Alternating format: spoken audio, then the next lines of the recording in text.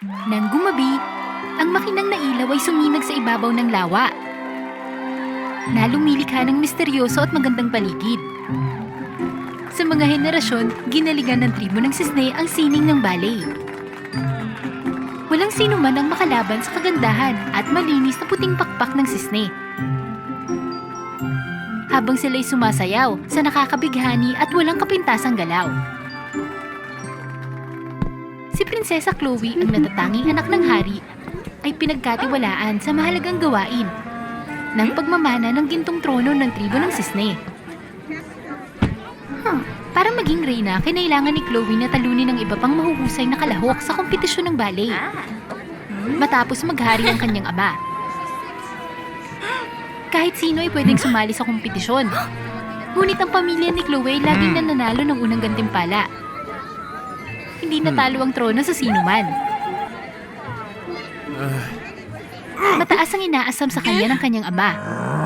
Sa kasamaang palad, si Chloe ay napaglaro, tamad at kadalasang madaling sumuko. Magtagumpay kaya si Chloe sa magagaling na kalaban at maging reyna ng mga Sisne? Mag-subscribe sa Wow Fairy Tales para sundan ang kwento. Mula nung bata siya, narinig ni Chloe ang tungkol sa pambihirang kapangyarihan ng tribo ng Sisne. May kakayahan silang kontrolin ng mahika kapag sumasayaw sila. At ang maalamat na sayaw ng kanyang pamilya ay naglalaman ng malaking kapangyarihan. Upang makamit yun, kailangan ni Chloe na magsanay ng walang humpay araw-araw. Ngunit ang maalamat na sayaw ay napakahirap para sa kanya.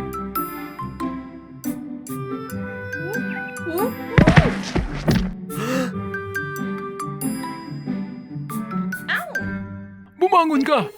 Bilang maharlikang Sisne, dapat ikay maging pinakamagandang mananayaw sa tribo. Ang hirap! Ayoko nang mag-ensayo. Hayaan mo akong magpahinga at maglaro. Magsasanay ako mamaya. Chloe! Madaling nasiraan ng loob si Chloe sa tuwing nagiging mahirap ang mga bagay. Gagawa siya ng paraan para tumakas sa pagsasanay. At magsawa sa saya sa labas.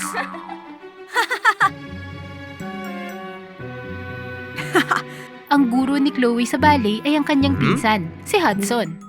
Nangako ang hari na kung magiging reyna si Chloe, si Hudson ang mamamahala sa gabi-gabing pagtatanghal ng tribo ng Sisne. Ngunit habang papalapit ang kompetisyon, hindi pa rin magawa ni Chloe ang maalamat na sayaw. Pagod na ako. Magsasayaw na lang ako ng walang ensayo. Tama, wala nang pagsasanay. Ano ba, Chloe? Wala pa akong nakitang kasing tamad mo. Ay, pagod na ako, Hudson. Sana may ibang kumumpleto ng kompetisyon para sa akin. At ako nang magiging reyna. Nag-aalala si Hudson na kung magpapatuloy ang ganitong bagay, hindi mananalo si Chloe sa kompetisyon. Nasisiraan ka na talaga. May plano ako. Magdala ka ng maraming pera at sumama ka sa akin. Wow, Hudson! Ikaw talaga ang pinakamatalino! Magkasama, hinanap ni Hudson at Chloe ang masamang bruha na dalubhasa sa pagtupad ng maitim na pagnanasa sa pera. Sa madaling salita, gusto ko ng taong may hindi ka panipaniwalang talino na sumayaw para sa akin. Gawin mo na tanda! Sige, tamad na prinsesa. Ang munting bagay na ito ay pwedeng makatulong sa'yo para doon. Pumulot ng balahibo at ilagay dito. Habang sinunod ni Chloe ang tagubilin, isang itim na likido ang bumuhos at bumalot sa kanyang katawan. Sinusubukang kopyahin ng lahat. Pagkaraan ng ilang sandali, ang likido ay nabuo sa isang replika ni Chloe. Kamukhang kamukha niya, ngunit may itim na pakpak at kasuotan. Naku, ito'y napakahiwaga! Tama! Kamukha mo siya sa bawat detalye. Hindi! May itim siyang suot at may pakpak. Ano? Tignan mo ulit. Makinig ka. Kinuha ko ang iyong tiwala at magaling na sarili. At nalikha ko ang Sisne ng gabi mula dito. Ikaw lang ang makakita sa itim na kulay niya. Sa itim na mahika. Sa mata ng lahat. Meron din siyang malinis na puting balahibo gaya mo. Kaya ganun pala yun. Ngayon ay maaari kang palitan ng Sisne ng gabi sa kompetisyon. At kapag tapos ka na, Gamitin ang garapon para sipsipin siya pabalik. Buong gabing nakikipag-usap si Chloe sa sisne ng gabi. Ibinahagi ang kanyang buhay at mga taong nakapaligid sa kanya. Nakinig ang sisne ng gabi at kinabisado ang lahat. Ginaya ang bawat sinabi ni Chloe. Kinabukasan, lihim na pinagmasdan ni Chloe ang sisne ng gabi. Sa ilalim ng mapagbantay na mata ng kanyang ama, nagtanghal ang sisne ng gabi ng sayaw na puno ng hiwaga at misteryo. Hindi maitago ng ama ni Chloe ang kanyang paghanga at pinalakpakan siya. Bagay na hindi pa natanggap ni Chloe dati. Ang ganda mong sumayaw, Chloe!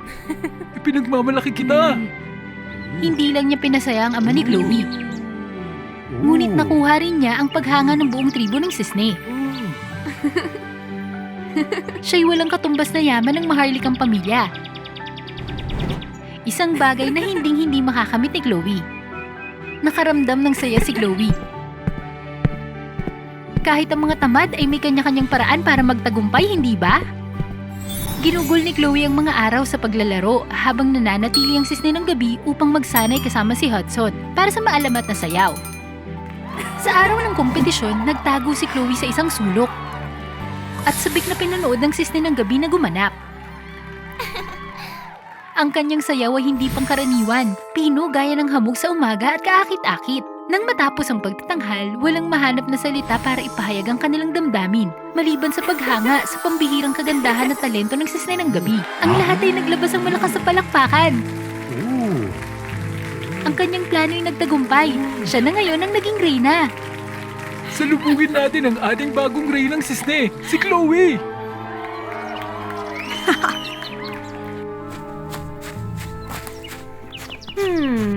Salamat! Magaling ginawa mo. Hindi na kita kailangan.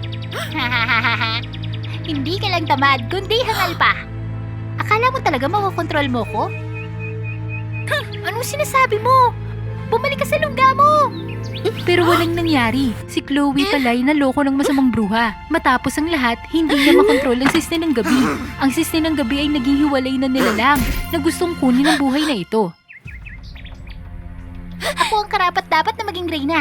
Walang nangangailangan ng taong walang silbi at mapanakit gaya mo. Wawa sa akin ang sisne ng gabi si Chloe para maging isang nilalang.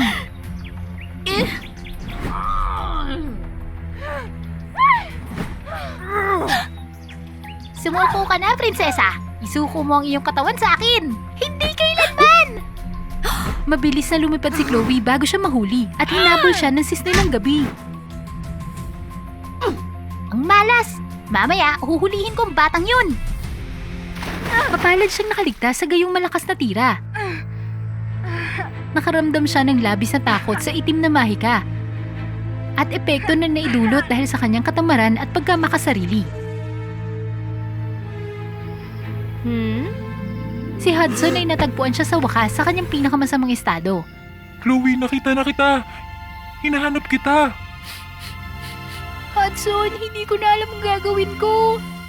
Alam mo ba, ang sisne ng gabi ay nakakuha ng ganap na kapangyarihan. Kahit ang iyong ama, hindi siya mapipigilan.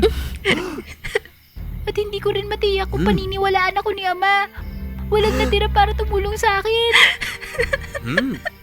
Ikaw lang ang makakapagligtas sa sarili mo.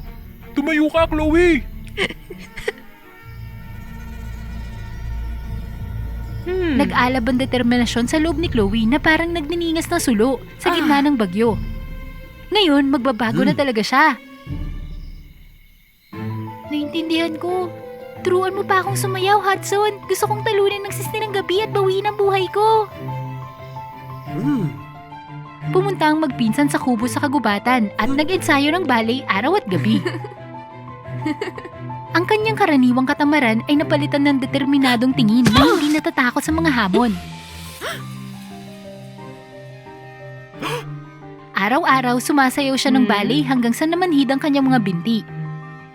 Pagkatapos ng 30 buwang pagsasanay, sa wakas ay nagtagumpay si Chloe sa pagganap ng maalamat na sayaw. At pagbukas ng pambihirang kapangyarihan ng sisne.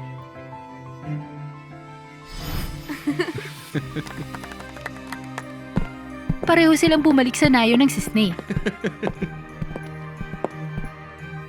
Matapos umakyat sa trono, isiniwalat ng sisne ng gabi ang kanyang kalupitan. Nais niya ding sakupin ang ibang kaharian. Dahil alam niyang may kakayahan ng mga sisne na tumira ng mahika tuwing sumasayaw sila, pinilit niya silang gamitin ang sayaw bilang sandata sa halip na libangan lang. Napilitang sundan ng landas ng digmaan, hindi na siya makasayaw dahil sa bugso ng damdamin. At ang tribo ng sisne ay nabubuhay ngayon sa paghihirap. Napansin ng ama ni Chloe ang isang makabuluhang pagbabago kay Chloe. Mula nang umakyat siya sa trono, siya'y naging malayo at autoritaryan. Gusto lang niya mag-utos at sumunod ang lahat sa kanyang nais. Kahit paulit-ulit na payuhan siya, nanatili siyang walang malasakit. Naniniwalang siya ang nararapat ng pinuno na hindi kailangang sumagot sa sinuman. Ang kanyang ama ay nakaramdam ng matinding kalungkutan at pananabik sa dati nitong pag-uugali. Tamad, ngunit mabait, palaging nagmamalasakit sa mga tao at pamilya. Sa halip na lamunin lang ang kapangyarihan. Bumalik si Chloe na ikinagulat ng buong tribo. Hindi nila maintindihan kung paanong may dalawang magkamukha sa harapan nila. Ako ang tunay na prinsesa. Palayain ng mamamayan ko ngayon din. Isa kang impostor. Ako mismo gagapi sa'yo.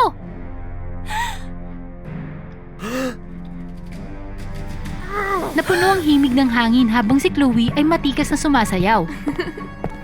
Gumagalaw ng banayad at elegante.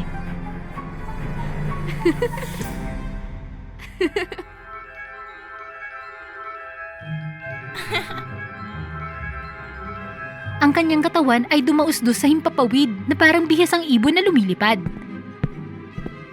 Kabaliktaran, ang sisne ng gabi ay nagtataglay ng mapang-akit at namumunong sayaw. Nagpapakita ng lakas at hindi mahula ang mga paggalaw.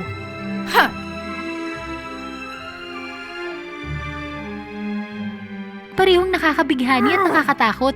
Ang dalawang sisne ay nagsayaw ng maingat na nagpapalitan ng mga nakakatakot na titig. Sa isang mabilis na kilos, ang sisne ng gabi ay naglabas ng malaking enerhiya patungo kay Chloe. Gumamit si Chloe ng maningning na sinag ng liwanag. Nilabas niya ang lahat ng kanyang lakas. Hinila si Chloe palapit, naghahangad na sumanib sa kanya. Natagpuan ni Chloe ang kanyang sarili na ganap na nahuli at hindi makawala. Pagkatapos sa matinding laban, sa wakas ay naubos niya ang kanyang lakas at sumanib sa sisne ng gabi. Agad na isiniwalat ni Hudson ang katotohanan sa ama ni Chloe. Ang ama ni Chloe ay tumingin sa sisne ng gabi nang may pagtataka. Sa kanyang mga mata, nakita niya ang taong kumikinang na kasing kislap ni Chloe.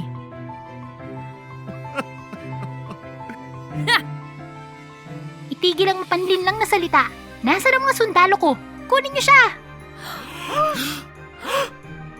Habang sinusuri ni Chloe ang pag-iisip ng sisne ng gabi, natagpuan niya ang kanyang sarili na nangingganyo sa mundo ng lungkot at kadiliman.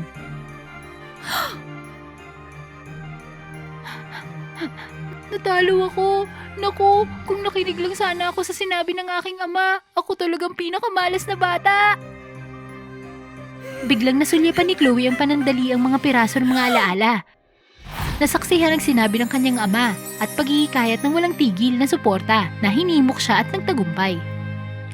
Oh Chloe, ang pagsusumikap ay paglalakbay ng walang humpay na determinasyon at disiplina. Patuloy na magsikap, mahal ko. May tiwala ako sa'yo. Hindi nagtagal, bumungad sa kanyang mga mata ang larawan nilang dalawa na masayang humahanga sa magagandang palabas ng trono ng sisne. Sumayaw sila ng may taimtim na pagnanasa. Itinaguyod ang isang lumang tradisyon na hindi kailanman mababasag. Ang mga pirasong ito ng mga alaala ay bumalot kay Chloe nang bagong natagpo ang lakas. Determinado, hinanap ni Chloe ang anumang bagay na makakatulong sa kanyang pagtakas sa suliraning ito. Binagtas niya ang walang katapusang kalawakan ng kawalan. Hanggang sa wakas, natuklasan niya ang nagniningning na hibla ng puting balahibo ng sisne na nakabaon sa lupa.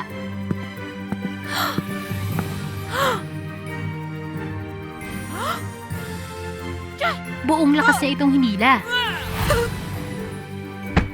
Hindi! Nakita na ng lahat ang kanyang tunay na anyo. na pinalumutian ng itim na balahibo. Naubos ang kanyang lakas. Ang madilim na manggagaya ay nagbagong anyo sa isang balahibo. Posible ang pagtakas ni Chloe dahil nanatili siyang tapat sa kanyang sarili. Hindi tinabla ng replika na ginawa sa pamamagitan ng itim na mahika. Kapag ang balahibo ay nakuha, ang selyo ay masisira at siya'y maaaring magapi. Si Chloe ay umiyak nang hindi mapigilan, pasan ng mga pagsisisi sa pagkakamali sa kanyang ama at mga tao. Ngunit mula sa sandaling iyon, si Chloe ay naintindihan at nagpasya na maging mabait na reyna, na may mataas sa pagtuon sa kanyang pamilya at mga tao. Napagtanto ni Chloe na ang kapanahunan ay nangangailangan, hindi lang pagtanggap ng responsibilidad, kundi paglaan din ng pagpapabuti sa sarili upang makamit ang tagumpay.